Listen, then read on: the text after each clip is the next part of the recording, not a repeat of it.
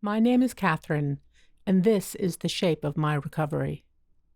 For me, the term recovery encompasses both recovery from mental illness and recovery from alcohol addiction. It turns out that community and connection are the keys, for me, to both types of recovery. I started drinking at age 15. My drinking was, I think, always alcoholic, meaning that when I drank alcoholically, until the alcohol was gone or until the night was over.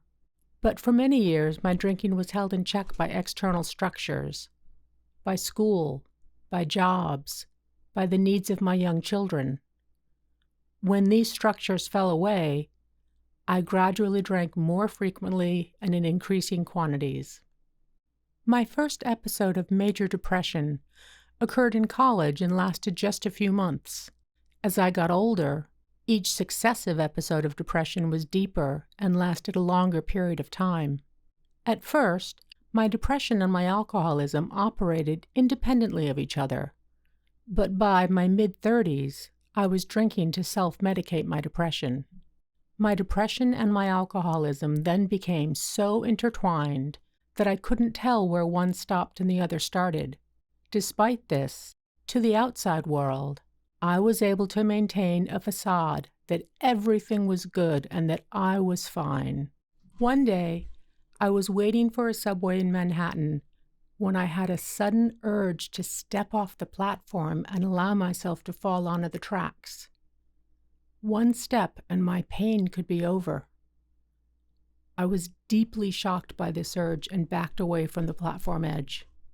But as the years passed, wishing I could die became my new normal.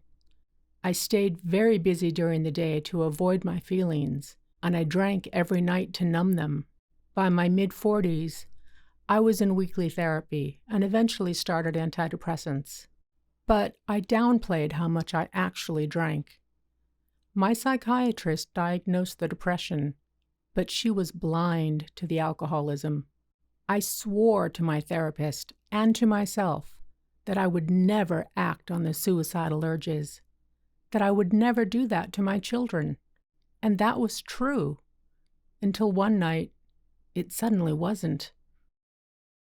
At age 49, I was committed to a psychiatric hospital after my first and only suicide attempt.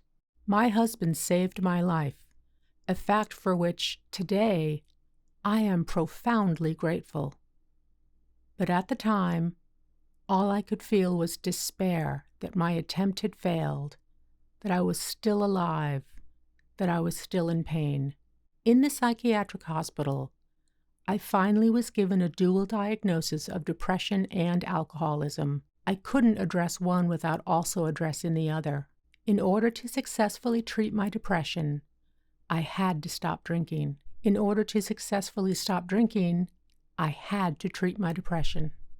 In the hospital, I was simultaneously introduced to dialectical behavior therapy, or DBT, and to the 12-step concept of addiction recovery.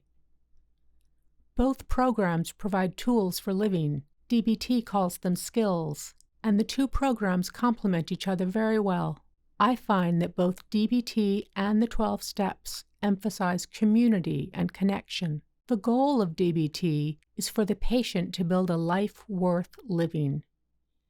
DBT teaches very specific coping skills for managing painful emotions and dealing with life's challenges. The goal of a 12-step program is for the addict to remain sober. The steps teach you how to navigate life on life's terms instead of relying on your substance of choice.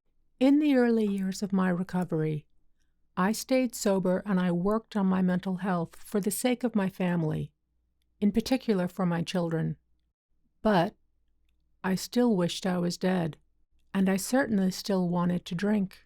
Ultimately, I had to reach a place where I wanted to recover for myself. I had to decide that my life was worth living and that sobriety offered me more than active alcoholism did. Which brings me back to community and connection.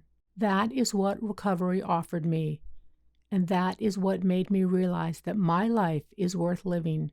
In recovery, I finally learned how to connect with other people. First, I learned how to connect with others in recovery. Then, I learned how to connect with people in the wider world. So, recovery has given me meaningful relationships. Not because other people have changed, but because I have changed. I'm not walled off from the world anymore. At least, I try very hard not to be. I now have over 6 years of sobriety. 6 years, 8 months, and 11 days to be exact. For me, recovery is all about community and connection. Alone, I stay sick. Together, we recover.